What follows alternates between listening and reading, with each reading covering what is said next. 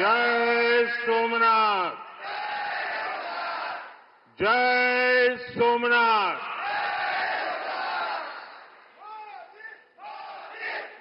गुजरात के लोकप्रिय मुख्यमंत्री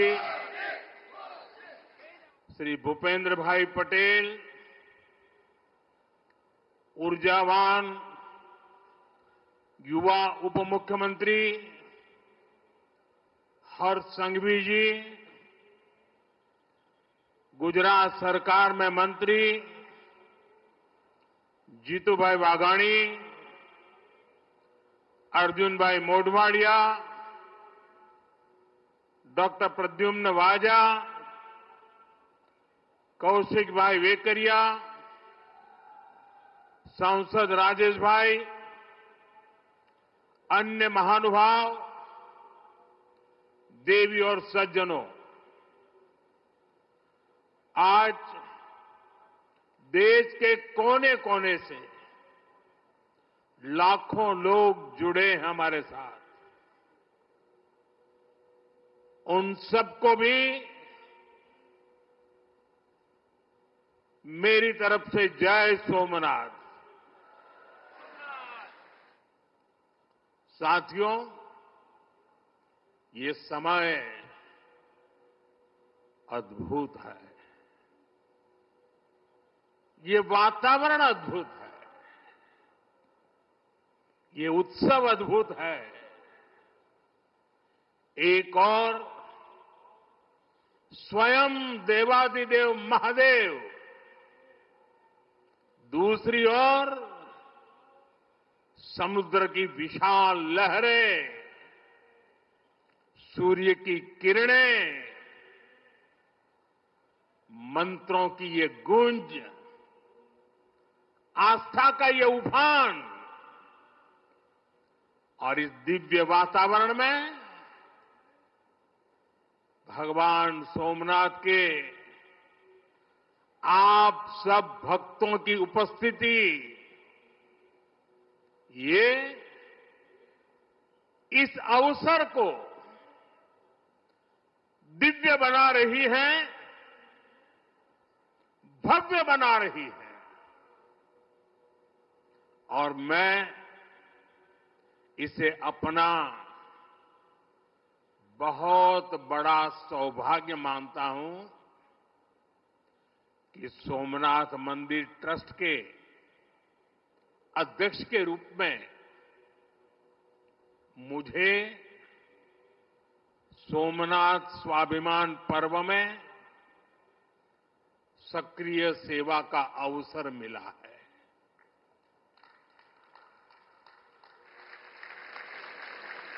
ये पीछे से कुछ और आवाज चल रही है भाई, इसे बंद किया जाए।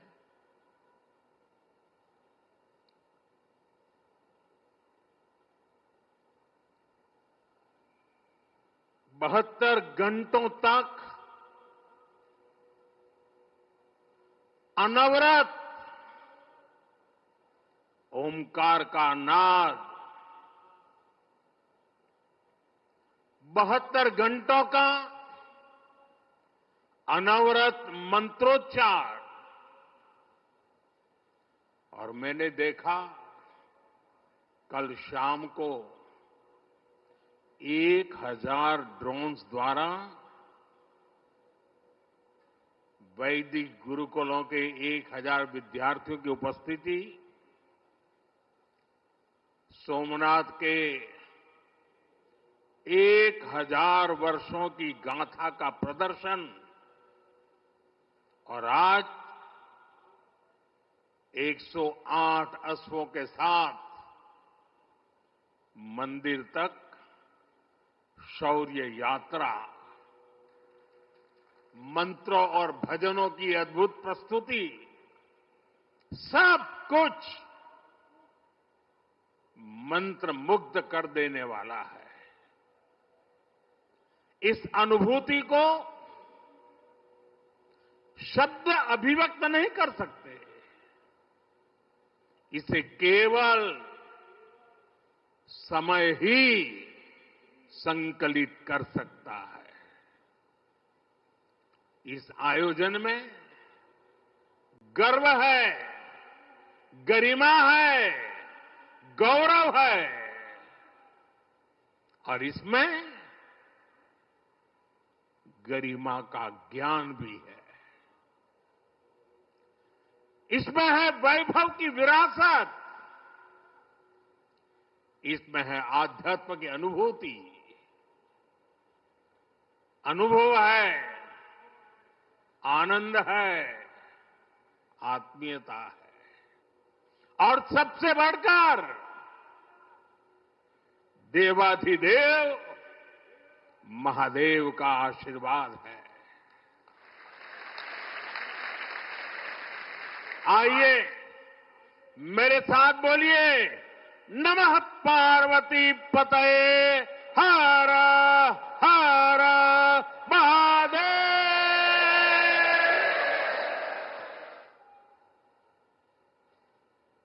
साथियों,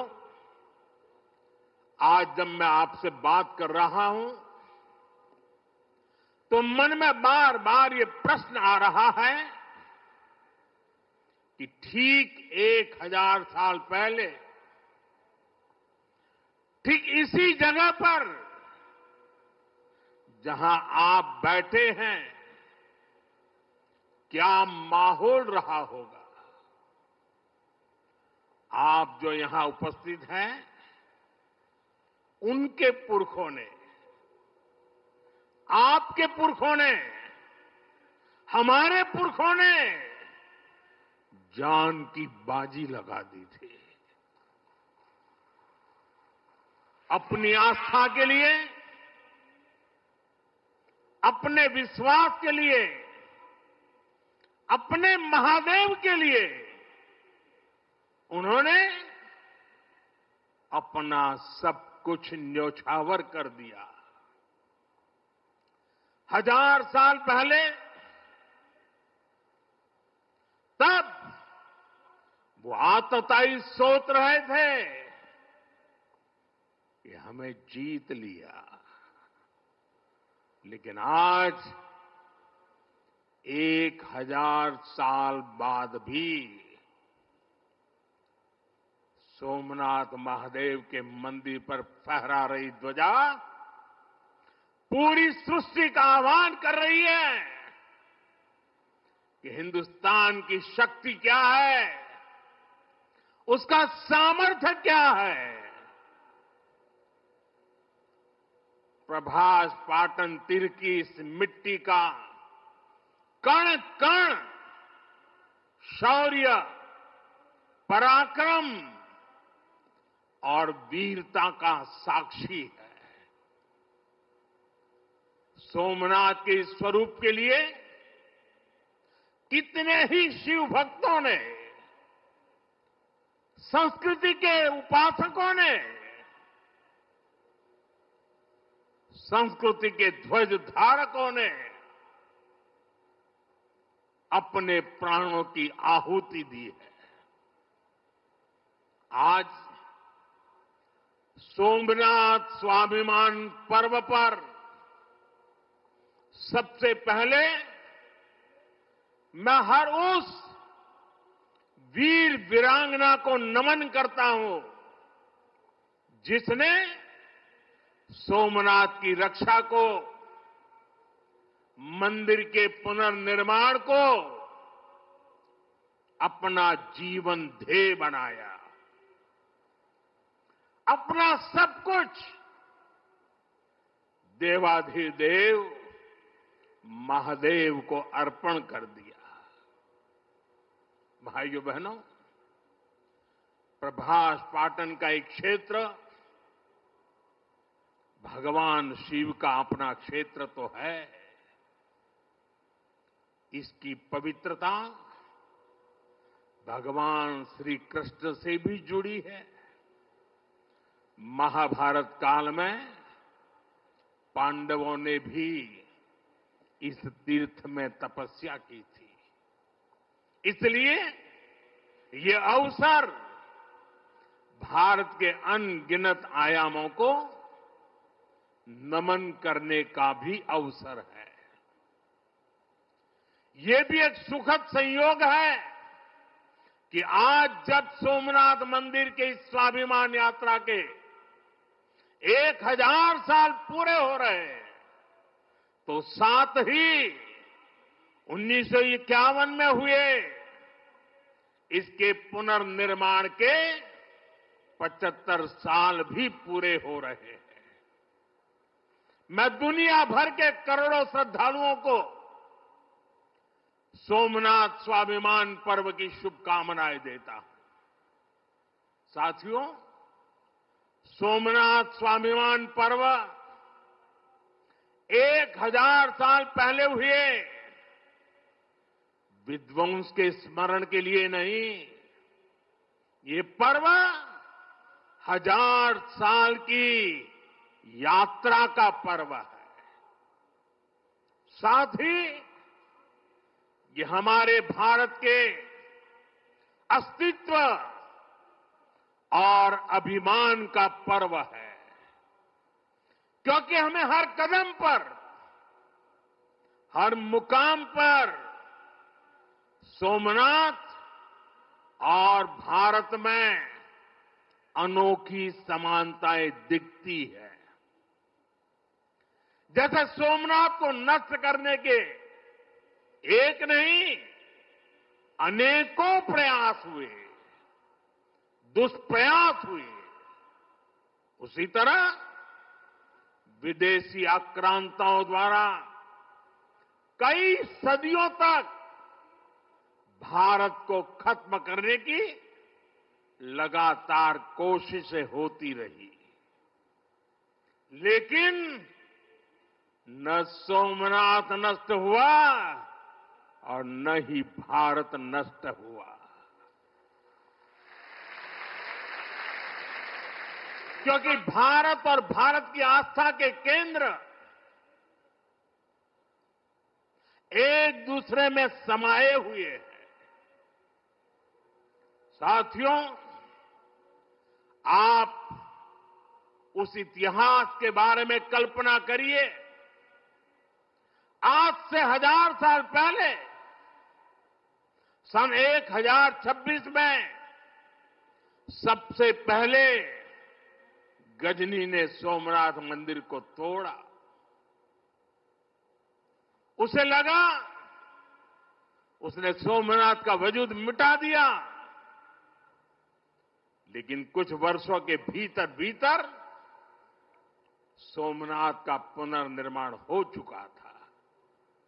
12वीं शताब्दी में राजा कुमारपाल ने मंदिर का भव्य जीर्णोद्धार करा दिया था, लेकिन 13वीं शताब्दी के अंत में अलाउद्दीन खिलजी ने सोमनाथ पर फिर आक्रमण का दुस्साहस कर दिया।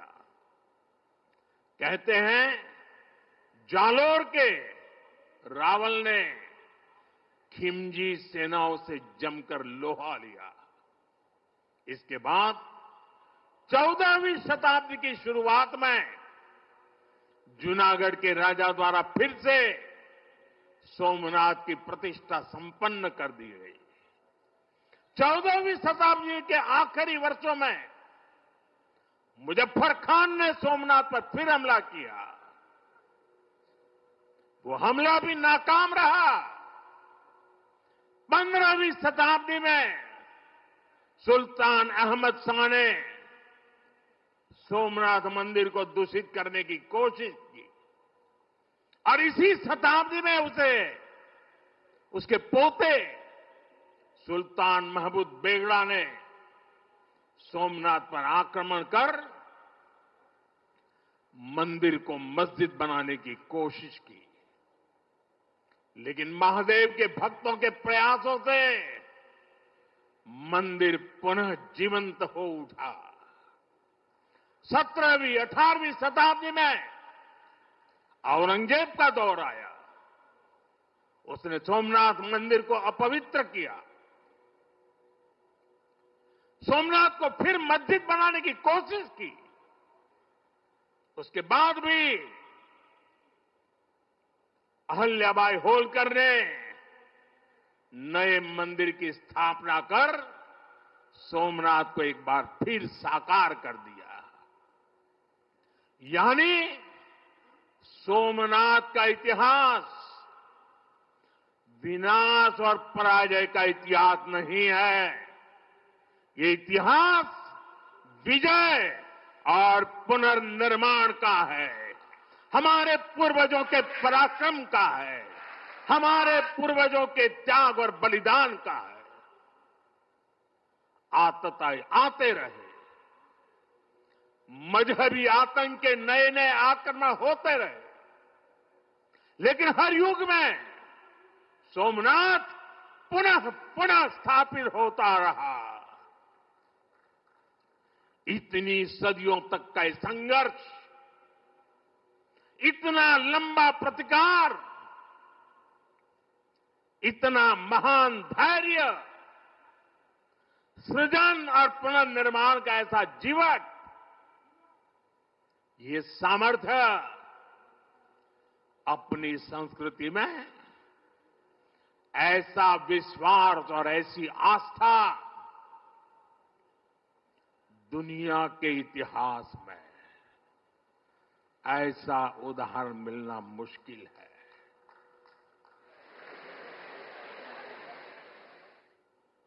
जरा મને જવાબ આપજો પહેલા।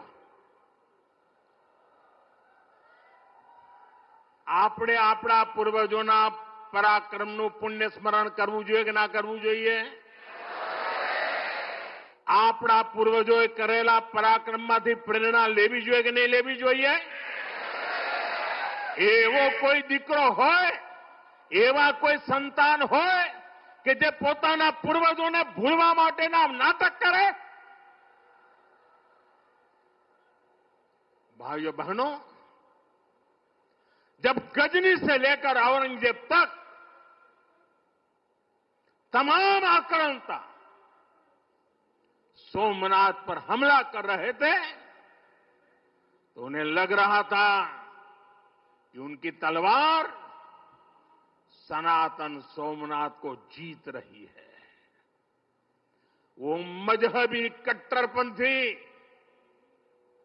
ये नहीं समझ पाए कि जिस सोमनाथ को वो नष्ट करना चाहते हैं, उनके नाम में ही सोम अर्थात अमृत जुड़ा हुआ है।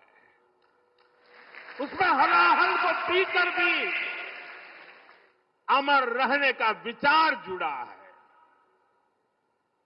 उसके भीतर सदाशिव महादेव के रूप में वो चैतन्य शक्ति प्रतिष्ठित है, जो कल्याण कारक भी है और प्रचंड तांडव शिव ये शक्ति का स्रोत भी है। भाइयों बहनों, सोमनाथ में विराजमान महादेव, उनका एक नाम मृत्युंजय भी है। मृत्युंजय, जिसने मृत्यु को जीत लिया हो, जो स्वयं काल स्वरूप है। यतो जायते पाल्यते येन विश्वम तमीज भजे लियते यत्र विश्वम। अर्थात ये सृष्टि उन्हीं से उत्पन्न होती है, उन्हीं में लय हो जाती है। हम मानते हैं त्वमेको जगत व्यापको विश्व रूप, यानी शिव पूरे जगत में व्याप्त है। इसलिए इस हम कण कण, कंकड़ कंकड़ में भी उस शंकर को देखते हैं। फिर कोई उन शंकर के कितने स्वरूपों को नष्ट कर सकता है? हम तो वो लोग हैं जो जीव में भी शिव को देखते हैं। उनसे हमारी आस्था को कोई कैसे डिगा सकता था। और साथियों, ये समय चक्र है कि सोमनाथ को ध्वस्त करने की मंशा लेकर आए मजहबी आतताई आज इतिहास के कुछ पन्नों में सिमट कर रह गए हैं। और सोमनाथ मंदिर उसी विशाल समंदर के किनारे गगनचुंबी धर्म ध्वजा को थामे खड़ा है। सोमनाथ का ये शिखर मानो उद्घोष कर रहा है, चंद्रशेखरम आश्रय मम किम करिष्यति वै यम। अर्थात मैं चंद्रशेखर शिव पर आश्रित हूं, काल भी मेरा क्या कर लेगा। साथियों, सोमनाथ स्वाभिमान पर्व इतिहास के गौरव का पर्व तो है ही, ये कालातीत यात्रा को भविष्य के लिए जीवंत बनाने का माध्यम भी है। हमें इस अवसर को अपने अस्तित्व और पहचान को सशक्त करने के लिए उपयोग करना है। आप भी देखते हैं, अगर कहीं किसी देश के पास कुछ 100 साल पुरानी विरासत होती है, वो देश उसे अपनी पहचान बनाकर दुनिया के सामने प्रस्तुत करता है। वहीं भारत के पास सोमनाथ जैसे हजारों साल पुराने पुण्य स्थान है। ये स्थान हमारे सामर्थ्य, प्रतिरोध और परंपरा के पर्याय रहे हैं। लेकिन दुर्भाग्य से आजादी के बाद गुलामी की मानसिकता वाले लोगों ने उनसे पल्ला झाड़ने की कोशिश की। उस इतिहास को भुलाने के कुत्सित प्रयास हुए। हम जानते हैं, सोमनाथ की रक्षा के लिए देश ने कैसे कैसे बलिदान दिए थे। रावल कन्नड़े जैसे शासकों के प्रयास, वीर हमीरजी गोहिल का पराक्रम, बेगड़ा भील का शौर्य, ऐसे कितने ही नायकों का इतिहास सोमनाथ मंदिर से जुड़ा है। लेकिन दुर्भाग्य से इन्हें कभी उतना महत्व नहीं दिया गया, बल्कि आक्रमण के इतिहास को भी कुछ इतिहासकारों और राजनेताओं द्वारा व्हाइट वॉश करने की कोशिश की गई। मजहबी उन्माद की मानसिकता को केवल साधारण लूट बताकर ढंकने के लिए किताबें लिखी गई। सोमनाथ मंदिर एक बार नहीं, बार बार तोड़ा गया। अगर सोमनाथ पर आक्रमण केवल आर्थिक लूट के लिए हुए होते तो 1000 साल पूर्व पहली बड़ी लूट के बाद रुक गए होते। लेकिन ऐसा नहीं हुआ। सोमनाथ के पवित्र विग्रह को तोड़ा गया, बार बार मंदिर का स्वरूप बदलने की कोशिश हुई और हमें पढ़ाया गया कि सोमनाथ को लूट के लिए तोड़ा गया था। नफरत, अत्याचार और आतंक का असली क्रूर इतिहास हमसे छिपाया गया। साथियों, हमने धर्म के प्रति ईमानदार कोई भी व्यक्ति ऐसी कट्टरपंथी सोच का समर्थन नहीं करेगा। लेकिन तुष्टीकरण के ठेकेदारों ने हमेशा इस कट्टरपंथी सोच के आगे घुटने टेके। जब भारत गुलामी की बेड़ियों से मुक्त हुआ, जब सरदार वल्लभ भाई पटेल ने सोमनाथ के पुनर्निर्माण की शपथ ली, तो उन्हें भी रोकने की कोशिश की गई। 1951 में तत्कालीन राष्ट्रपति डॉक्टर राजेंद्र प्रसाद के यहां आने पर भी आपत्ति जताई गई। उस समय सौराष्ट्र के सर्वाधिक मशहूर हमारे जाम साहब महाराजा दिग्विजय सिंह जी आगे आए थे। भूमि अधिग्रहण से लेकर सुरक्षा व्यवस्था तक उन्होंने राष्ट्रीय गौरव को सबसे ऊपर रखा था। उस दौर में सोमनाथ मंदिर के लिए जाम साहब ने 1 लाख रुपए का दान दिया और उन्होंने ट्रस्ट के प्रथम अध्यक्ष के रूप में बड़ी जिम्मेदारी निभाई। भाइयों बहनों, दुर्भाग्य से आज भी हमारे देश में वो ताकतें मौजूद है, पूरी तरह सक्रिय हैं, जिन्होंने सोमनाथ पुनर्निर्माण का विरोध किया। आज तलवारों की जगह दूसरे कुत्सित तरीकों से भारत के खिलाफ षड्यंत्र हो रहे हैं और इसलिए हमें ज्यादा सावधान रहना है। हमें खुद को शक्तिशाली बनाना है, हमें एक रहना है, एकजुट रहना है, ऐसी हर ताकत को हराना है जो हमें बांटने की साजिश से रच रही है।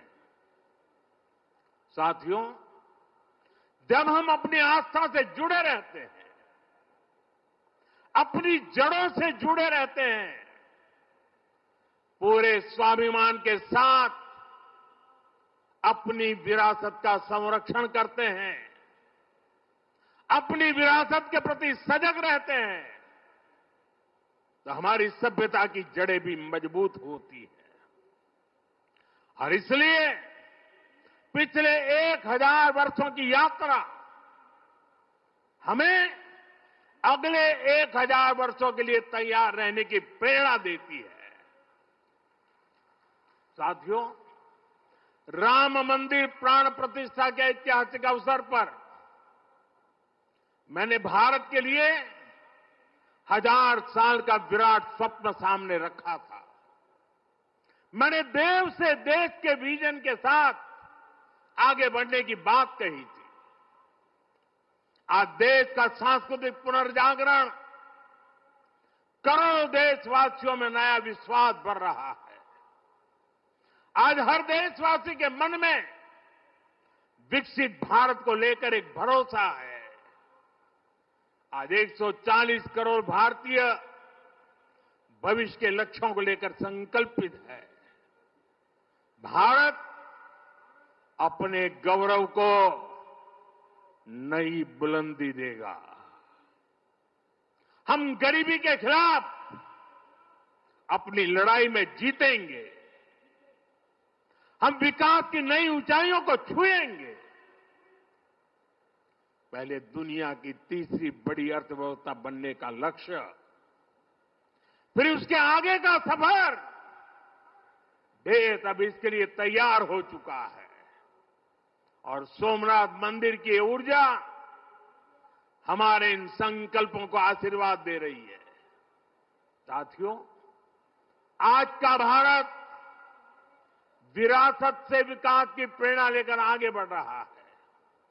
सोमनाथ में भी विकास भी विरासत भी, ये भावना निरंतर साकार हो रही है। आज एक और सोमनाथ मंदिर का सांस्कृतिक विस्तार,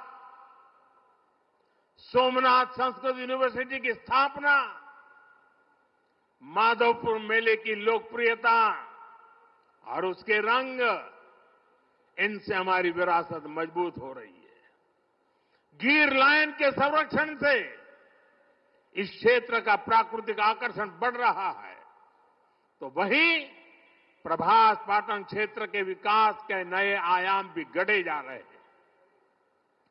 केशोद एयरपोर्ट का विस्तार किया जा रहा है। इससे देश विदेश से श्रद्धालु सीधे सोमनाथ तक पहुंच सकेंगे। अहमदाबाद से वेरावल वंदे भारत ट्रेन की शुरुआत से तीर्थयात्रियों और पर्यटकों का समय कम हुआ है। इस क्षेत्र में यात्रा धाम सर्किट का विकास भी किया जा रहा है। यानी आज का भारत आस्था को स्मरण करने के साथ ही इंफ्रास्ट्रक्चर, कनेक्टिविटी और टेक्नोलॉजी के जरिए उसे भविष्य के लिए सशक्त भी कर रहा है। साथियों, हमारी सभ्यता का संदेश कभी किसी को पराजित करने का नहीं रहा, बल्कि जीवन को संतुलन में रखने का रहा है। हमारे यहां आस्था की राह हमें घृणा की तरफ नहीं ले जाती। हमारे यहां शक्ति हमें विनाश करने का अहंकार नहीं देती। सोमनाथ जैसे तीर्थ ने हमें सिखाया है कि सृजन का मार्ग लंबा होता है, लेकिन वही स्थायी होता है, चिरंजीव होता है। तलवार की नोक पर कभी दिलों को नहीं जीता जा सकता। जो सभ्यताएं दूसरों को मिटाकर आगे बढ़ना चाहती हैं, वे स्वयं समय में खो जाती है। इसलिए भारत ने दुनिया को ये नहीं सिखाया कि दूसरे को हराकर कैसे जीता जाए, बल्कि ये सिखाया कि कैसे दिलों को जीतकर जिया जाए। ये विचार आज दुनिया की जरूरत है। सोमनाथ की 1000 वर्षों की गाथा पूरी मानवता को सीख दे रही है। इसलिए आइए हम संकल्प करें, हम विकास की ओर आगे बढ़ें, कदम से कदम मिलाकर चले, कंधे से कंधा मिलाकर चले, मन से मन को जोड़कर चले। लक्ष्य को ओझल दिए हुए बिना हम चलते चले और साथ ही अपने अतीत और अपनी विरासत से भी जुड़े रहें। हम आधुनिकता को अपनाते हुए अपनी चेतना को संभाले रखें।